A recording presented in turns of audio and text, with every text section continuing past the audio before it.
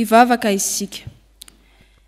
Ry Tompo Andriamanitra io, tafavory eto amin'izao tranonao izao indray izahay, noho ny fitiavanao anay sy ny famindramponao aminay. Tonga eto izahay Tompo, hisaotra, hidery, hankalaza, ary hanome voninahitra ny anaranao masina. Koa raiso ary ny saotra izay atolotra anao eto ary mba hankasitrao izany.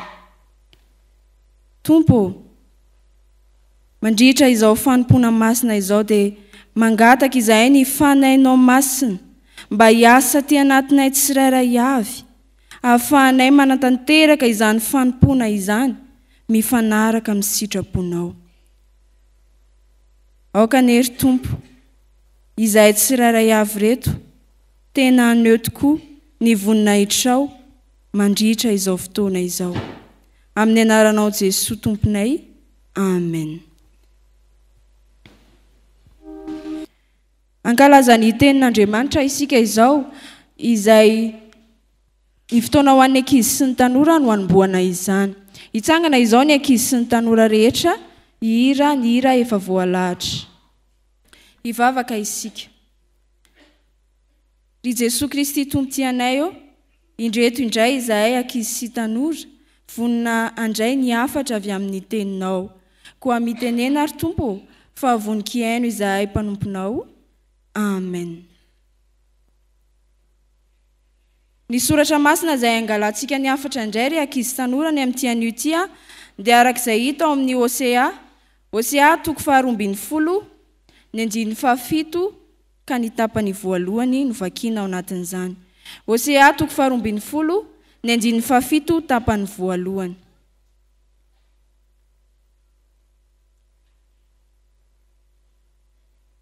Rehefa hitantsika dia vakiana amin'ny anaran'i Jesosy manao hoe koa miverena amin'Andriamanitra aho ianao. Amen. Ny teny hoe miverina ry ankizy tanora dia efa nitoetra tamin'ny toerana anankiray izy dia niala tamin'izany. Dia tanina indray mba hiverina eo amin'ilay toerana izay efa nisy azy teo aloha. Andeha tantara iray no anazavantsika izany soratra masina izany. Nisy ankizy lahy kely iray izay, Koto no anarany. I Koto io dia ankizy tena mazoto mivavaka, mazoto mandeha mianatra sekoly alahady, ary tena tia mamaky soratra masina. Dia Koto koa tena ankizy farak'izay endry izy. Dia hita ny ray aman-dreniny fa tena endry Koto dia faly be ny ray aman-dreniny. Dada sy neny izany faly be tamin'ny Koto. Dia anala fanadinana moa Koto dia hoy ny dadany sy ny mamany hoe zao Koto rehefa afaka fanadinanao ianao dia hividiananay telefona. Dia faly ery Koto sady mibitaka hoe azo telefona zany rehefa afaka fanadinana. Dia afaka fanadinana soamantsara ary Koto, nahazo telefona soamantsara ihany koa. Dia noho ny taty aoriana dia nanomboka nanao Facebook amin'izay ary Koto. Dia inona ny zava-nitranga hoy ianareo? Variana tamin'izany Facebook zany izy ka tsy navita namaky soratra masina intsony. Tsy nazoto ny vavaka intsony ihany koa. Fa teo apototry ny écran teo foana izy. Dia adiny mihitsy ny manompo an'Andriamanitra. Ary ny farany ary moa dia tsy tonga taty am-piangonana intsony Koto nianatra sekoly alahady. Dia isika ry ankizy tanora mety misy tahaka ny Koto, fa ahoana moa ilay soratra masina izay nivakiantsika teo? Koa miverena amin'Andriamanitra aho ianao. Dia izao ry ankizy tanora, efa me mandroso izao ny teknôlôjia, mety efa manana telefona isika. Dia indraindray isika variana amin'ireny telefona ireny, variana mijery tele dia tsy mahavita mivavaka sy mamaky soratra masina intsony rehefa any an-trano. Dia maninona izany isika rehefa tsy mamaky soratra masina sy tsy mivavaka intsony? Manadino an'Andriamanitra, lavitra an'Andriamanitra. Dia eto izany soratra masina dia manentana antsika ankizy tanora hoe miverena amin'Andriamanitra aho ianao. Ny voninahitra dia ho an'Andriamanitra izy ihany. Ivavaka isika dia izay ivavaka ataoko dia averin'ny ankizy sy ny tanora rehetra. Ivavaka isika. Jesosy mifona aminao izahay raha nanalavitra anao. Indreto izahay Tompo, iverina aminao marina tokoa. Amin'ny anaranao Jesosy. Amen.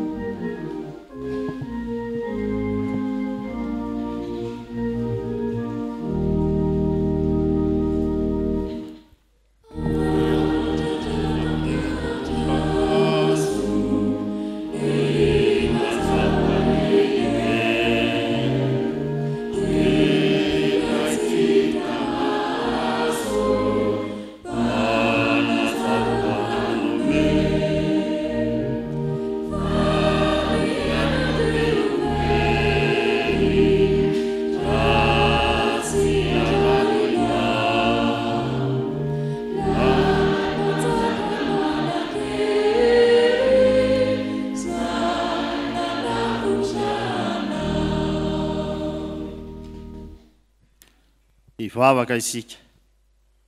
Andriamanitra rainay misaotra anao izay fa Andriamanitra tia anay ianao ka tsy mitsaha miteny aminay. Aoka hiasa amin'ny fananao masina raha hovakiana sy ho toriana ny teninao. Ary izany fananao izany koa no ampiverina anay aminao ka hiandrasanay anao amin'ny fiadanana amin'ny andro rehetra havelomanay. Amin'ny anaran'i Jesosy. Amen. Iaraka hamaky sy hainy soratra masina isika ao amin'ny fanekena taloha boky ny Hosea.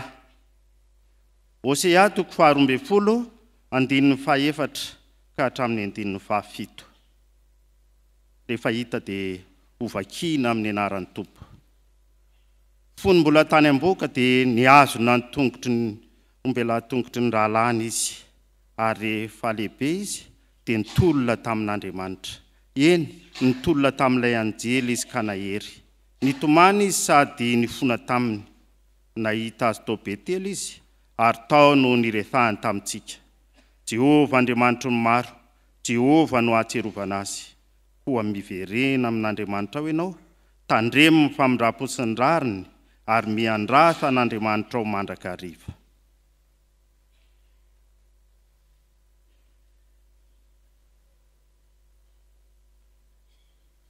Ho tohizantsika amin'ny famakiana ny soratra masina ao amin'ny fanekena vaovao. Filazany tsara araka amin'ny Matio. Matio 9:20 andininy 420 ka hatramin'ny 420. Ary faranantsika amin'ny famakiana ny soratra masina ao amin'ny epistily ho an'ny Romanina. Romanina 9 andininy 420 ka hatramin'ny 520. Rehefa hita dia hovakiana amin'ny anaran'ny Tompo. Dia hoy Jesosy tamin'ny mpianany, raha misy olona ta hanaraka aoka izy handany tenany sy hitondra ny azy fijaliany ka hanaraka.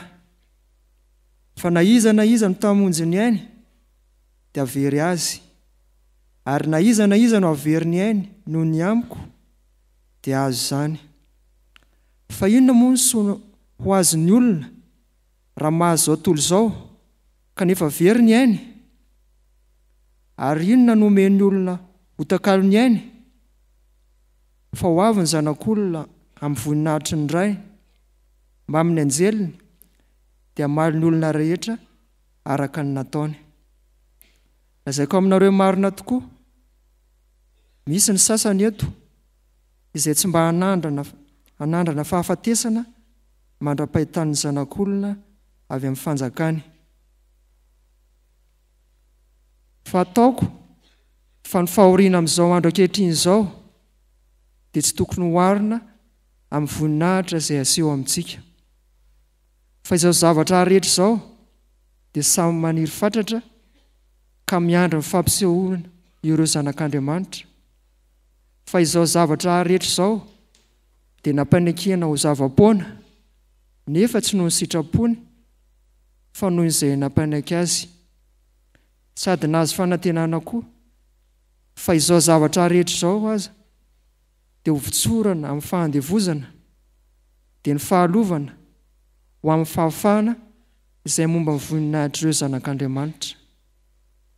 Fa fantatsika fa izao zavatra rehetra izao dia miara-misento sy miara-marary toy izay efa hiteraka mandraka ankehitriny. Ary tsy izany ihany fa isika koa na dia manana ny voaloam-bokatry ny fanahy aza, isika aza dia miseto ato anatintsika. Miandry ny fananganananaka dia ny fanavotana ny tenantsika. Fa ny fanantenana namonjenantsika, nefa ny fanantenana hita dia tsy mba fanantenana intsony. Fa ahoana no mbola hanantenan'ny olona izay efa hitany? Fa raha isika manantena izay tsy mbola hitantsika dia miandry amin'ny faharetana. Amen.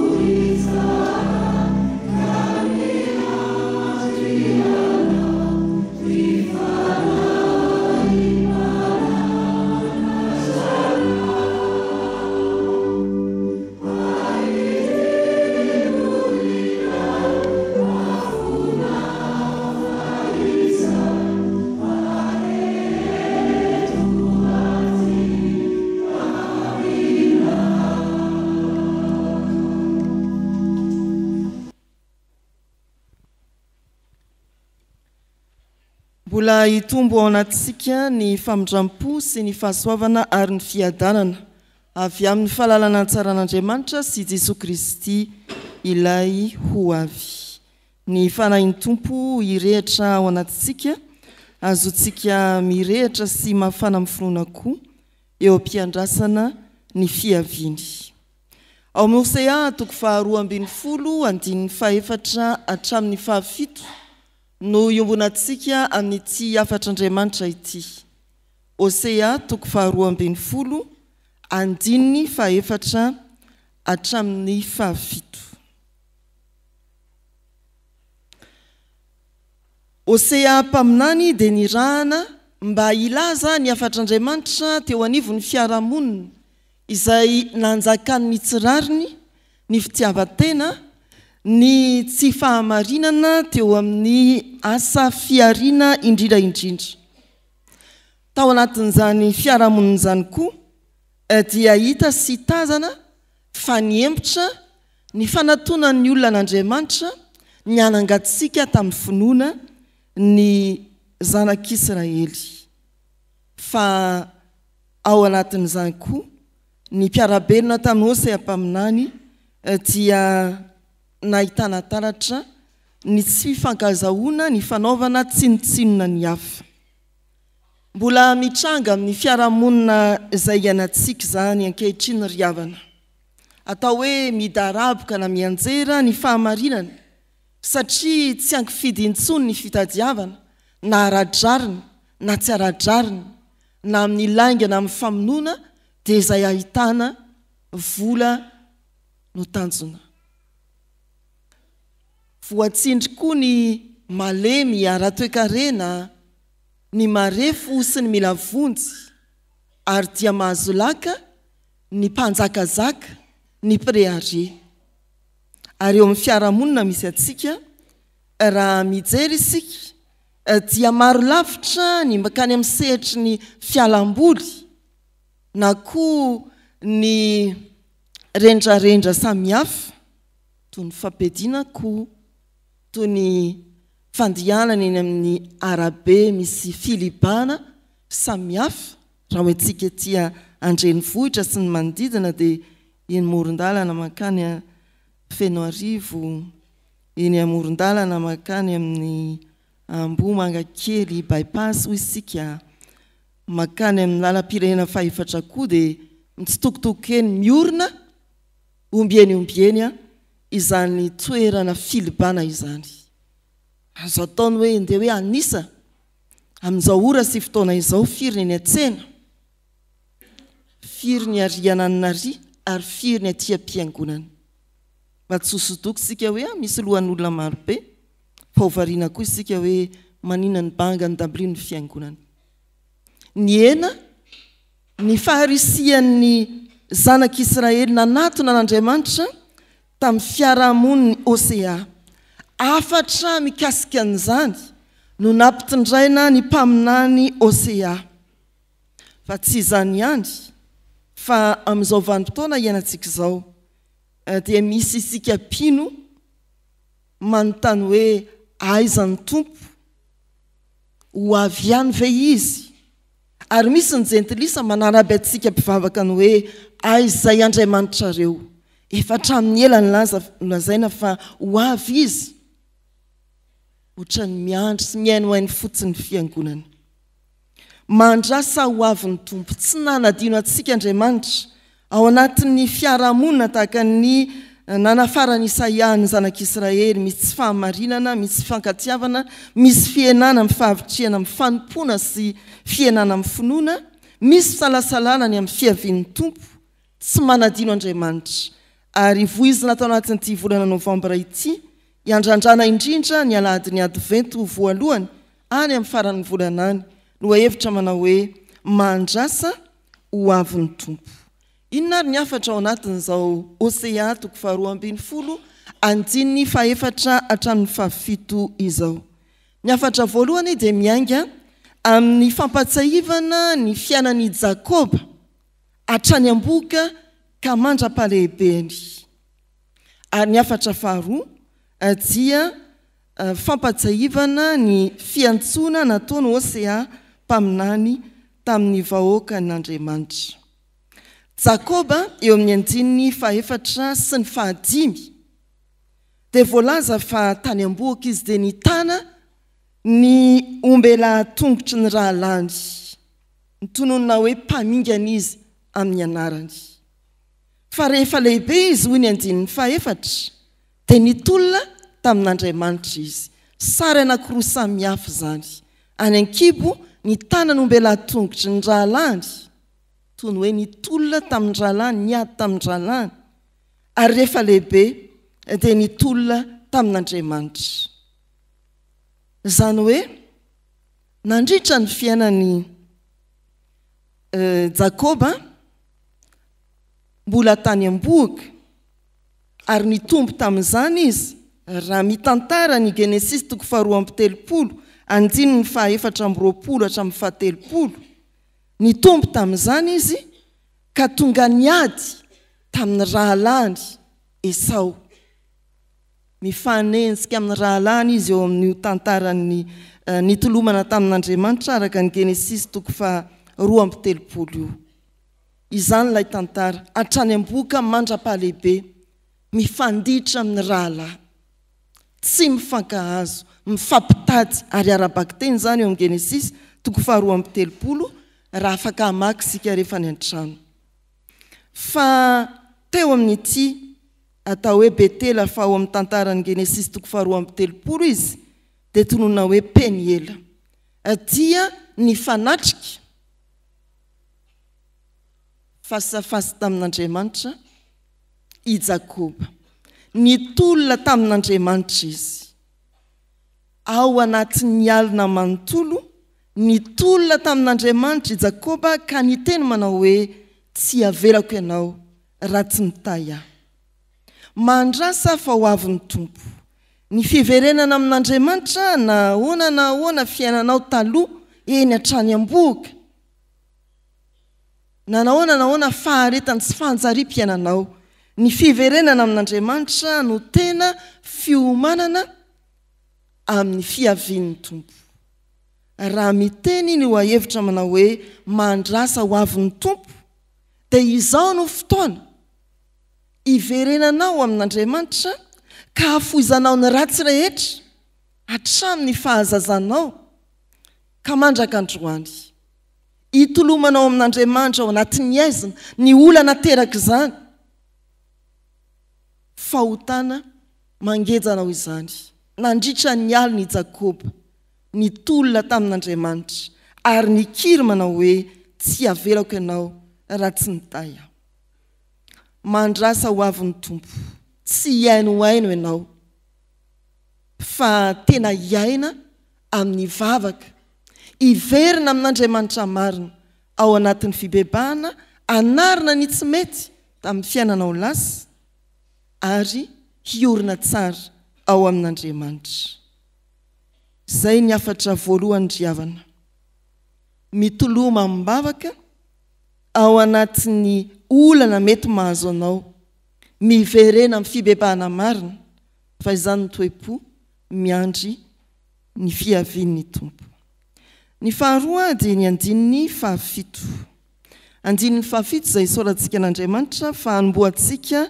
ny volana Novambra amin'ny tsy anjery mofinaina ity andininy fahafito ity Hosea 2:12 andininy fahafito no tsy anjery amin'izao volana Novambra izao dia averiko vakiana aminareo enonareo tsara zany tsy anjery mofinaina izany manao hoe amin'ny anaran'ny tompo koa miverena amin'Andriamanitra ianao tandremo ny famindram-po sy ny rariny ary miandrasa n'Andriamanitra mandrakariva miverena amin'Andriamanitra ianao tandremo ny famindram-po sy ny rariny ary miandrasa n'Andriamanitra mandrakariva izay ilay tsy anjery Hosea kosa rehefa avy nampahatsiahy ny tantaran'i Jakoba ilay niverina tamin'Andriamanitra nibebaka nandritra ny alina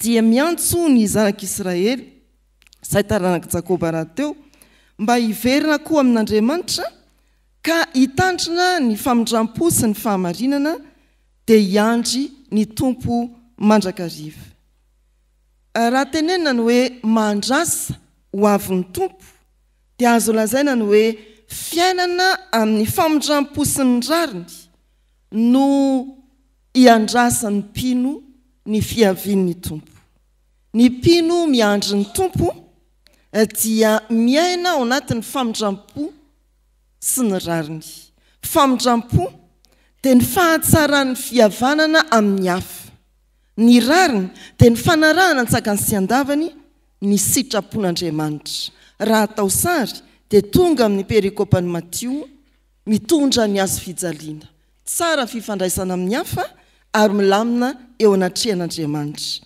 izany ny atao hoe mitondra ny azo fijaliana tsy mora zany hoe hiavana amin'ny olona rehetra ary sarotra ny hoe anatanteraka ny fankatoavana n'Andriamanitra zato isanjato araka ny sitrapony kanefa eo ampiandrasana ny fiavian'ny tompo dia izany no iantsonantsika tahaka ny antsony Hosea ny vahoaka n'Andriamanitra tamin'ny fotoan'androny tandremo ny fifandraisanao amin'ny hafa tandremo ary kadio ny fifandraisanao amin'Andriamanitra riavana malala rehetra amin'ny tompo amin'ny fiarahamonina dia misy tokoa araka ny voalaza tany am-piandohana ny atao hoe takina ny tanana mifandray nefa tanana mifamelo no hita ombieny tadiavina izay iombonana kanefa voasaratsaraky ny zavatra samihafa isika mpiarabelona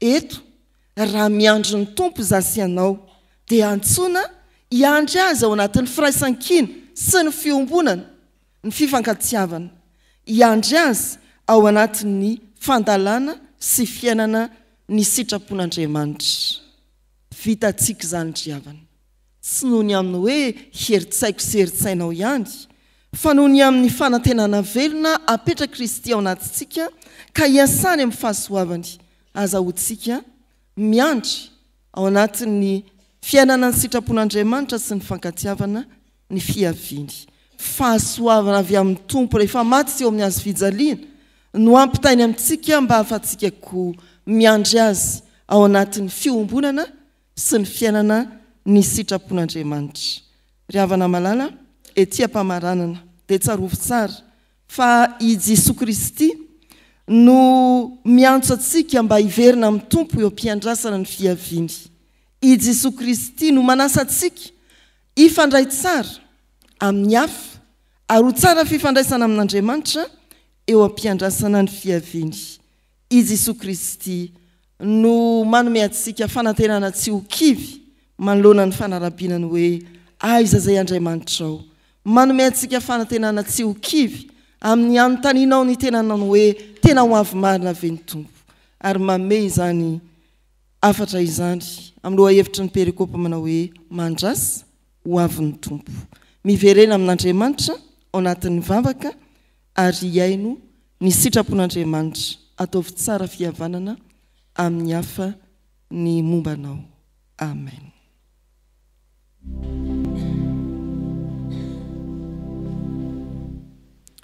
Tsy nahatanteraka izany sitrapon'Andriamanitra izany isika ry havana ka andeha hanantona ny tompo iaiky ny fahotana sy ny heloka rehetra vitantsika eo anatrehany ka iombona amin'izao vavaka setry ny tenin'Andriamanitra sy fifonana izao hivavaka isika. Misaotra anao izahay ry tompotianay tamin'ny alalan'ny sitraponao izay nomenao ny mpanomponao ka nampitainy taminay. Misaotra anao izay satria nampahafantarinao anay tamin'ity anio ity fa manoloana ny zavatra rehetra efa vitanay tamin'ny lasa dia tokony hanarina izay tsy mety izahay fa eo ihany koa tompo ny tokony iainanay ao anaty famindram-po sy ny rariny ka hanana fifandraisana amin'ireo manodidina anay ary anao ny sitraponao Andriamanitra. Tompo manoloana izany sitraponao Andriamanitra izany dia mahatsiaro tsy tanteraka izahay satria nanao izay ratsy indrindra teo anatrehanao. Impirimpiry izay ny tompo nanana fotoana hiverenana aminao Andriamanitra kanefa tsy nataonay akory izany. Tsy nanarina ireo tsy nety vitanay izahay. Tsy mba nifankatia tamin'ireo namanay izahay fa maika aza nakahala ireo manodidina anay. Tsy nanao ny sitraponao izahay tompo fa nandeha tamin'ny herin'ny tenanay sy ny fahaizanay ary ny fahalalanay fotsiny ihany. Menatra sy mangay ahy izahay tompo no ny fahotana vitanay teto anatrehanao ka indreto izahay vonona hiverina aminao Andriamanitra ka tanterahanay amin'izao vavaka anatin'ny fanginana izao izany fanoloran-tenanay izany.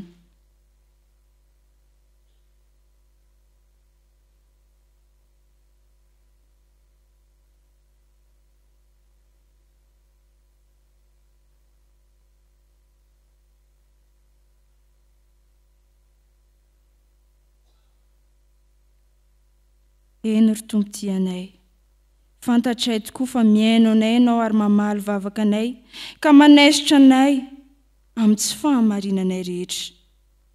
Amin'ny anaranao Jesosy Kristy, ilay mpamindra fo sy mpamela heloka anay no anaovanay izany vavaka izany. Amen.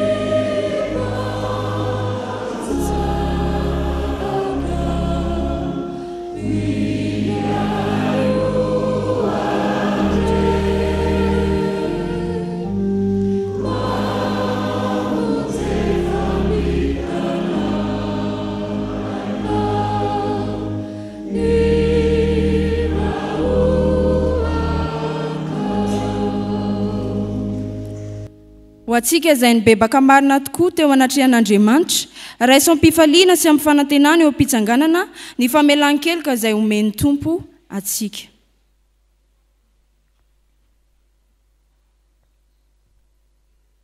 Hoy ny soratra masina, fa izay miandry an' Jehova dia mandroso hery kosa, elatra no ekarany tahaka ny voromahery, hiazakazaka izy nefa tsy ho sasatra, andeha izy nefa tsy ho reraka. Voavela ny elokareo no ny anaran'ny masina. Alleluia, amen.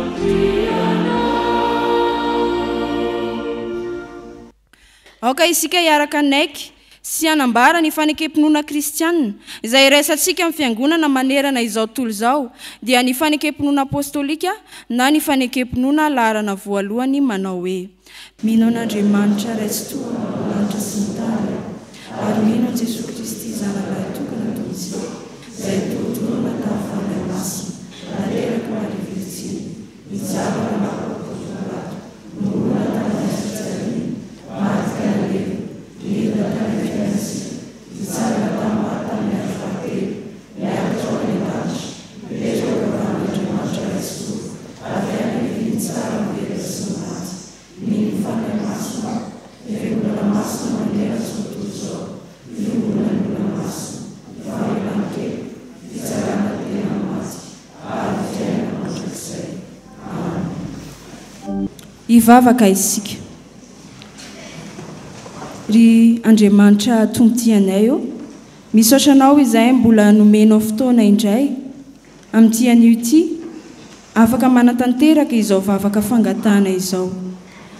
Misaotra anao izay tompo satria Andriamanitra tena tianay anao ka mihaino vavaka anay isan'andro isan'andro.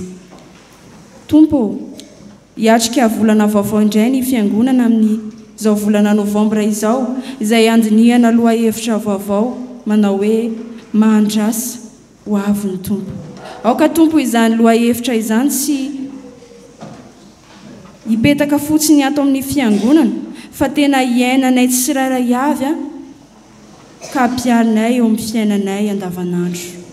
Mivavaka izay ho amin'ny asa rehetra izay tanterahan'ny fiangonana mandritra izao volana novambra izao mba ho lavorary ane izay kasaina tao, anehoana ny voninahitranao, anehoana ny fahalebiazanao sy ny fahatsaranao Andriamanitra ka ho hitany manodidina taratra tokoa fa manatrika ny fiangonanao ianao. Tompo, mivavaka izay ho an'ny kristianina tsirairay avy. Ianao mahalala momba azy ireo, ianao mahafantatra ny fiainan'izy ireo. Mivavaka izay tompo ny amin'ny asa mandrara izay tanterahana ny tsirairay amin'ny andavanandrom-piainana. Ianao ny tahy azy amin'ny fanatanterahana izany, anome hery, anome tanjaka, anome fahasalamana azy ihany koa. tompo misy ny etaetam-ponay izay fantatrao ary tsy miafina aminao hoy ny teninao hoe fantatry ny rainareo izay tokony ho anareo na dia tsy mbola mangataka akory azy anareo dia fantatrao tompo ny any am-ponay tsirairay avy tsy miloaka ka mba valio ireny ivavakay valio ireny hiatakay ary ao ka mba ho tanterahanao izay irin'ny fonay raha sitraka ao Andriamanitra izany tompo indreto izahay aoka androso marina amin'ny fanomponanao Jesosy Kristy anavao ny fanoloran-tenanay isan'andro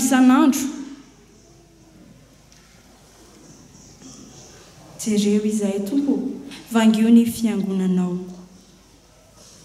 ary maminay tompo manakambana izany vavaka izany amin'ilay vavaka nampianarinao mpianatra ao fa izay manao hoe Prenez au Sénétange masina ny anaranao mitonga ny fanjakanao atao hoe sitraponao dia tahaka ny anaranao ilay ny sazo amin'ny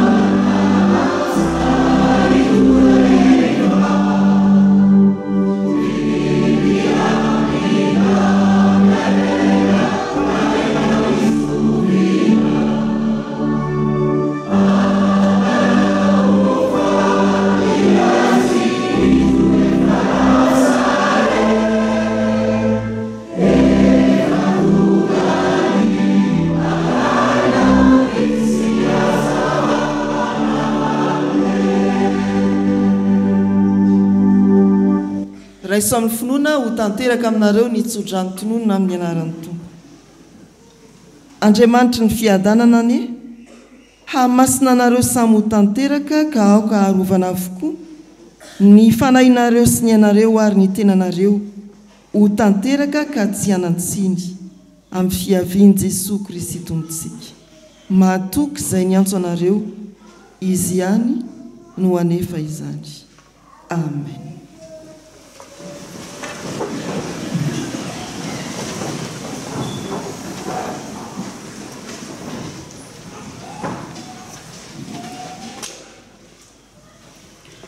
Ho an'Andriamanitra ireriany ny voninahitra amin'ny anaran'ny Ray sy ny Zanaka ary ny fanahy masina. Amen.